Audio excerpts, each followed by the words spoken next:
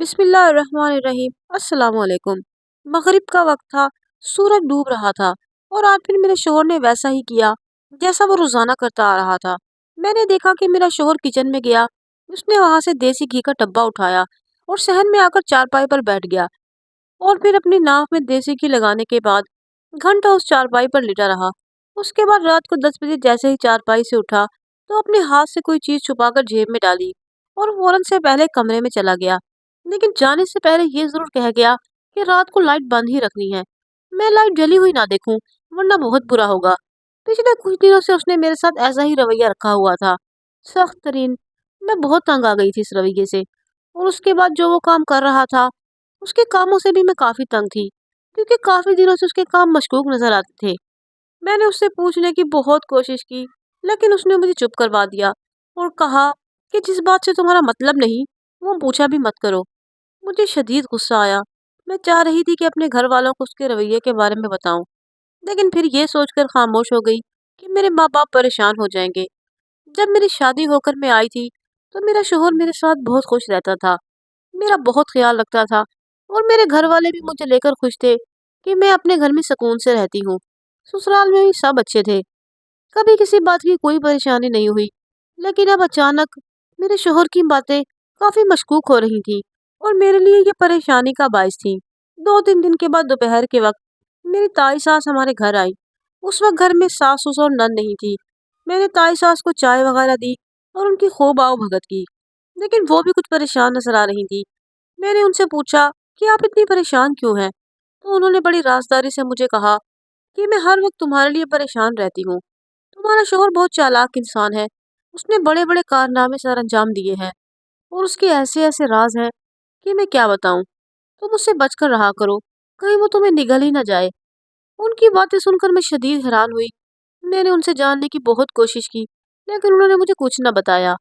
وہ جب بھی ہمارے گھر آتی تو یہ دیکھ کر آتی کہ گھر خالی ہو اور میرے علاوہ گھر میں کوئی بھی نہ ہو۔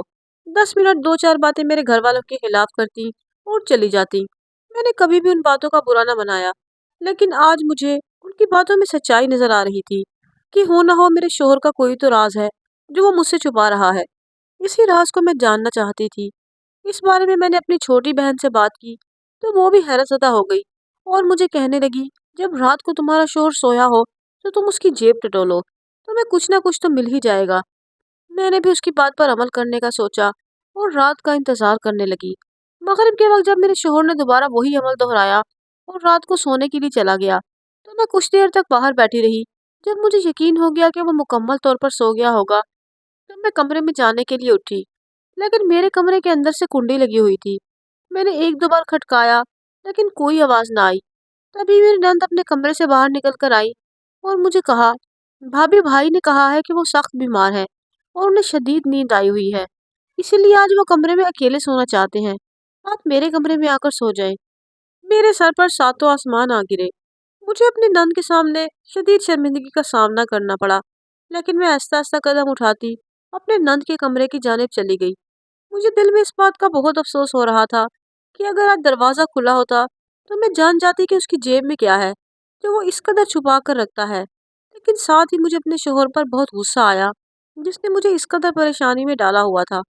اگلے دن میری ساس نے مجھے بتایا کہ وہ میرے نند کے لیے رشتہ وغیرہ ڈھونڈ رہے ہیں، اگر میری نظر میں کوئی ہو تو انہیں ضرور بتاؤں۔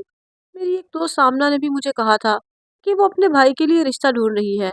آمنہ کے گھر والے بھی کافی اچھے اور کھاتے پیتے لوگ تھے۔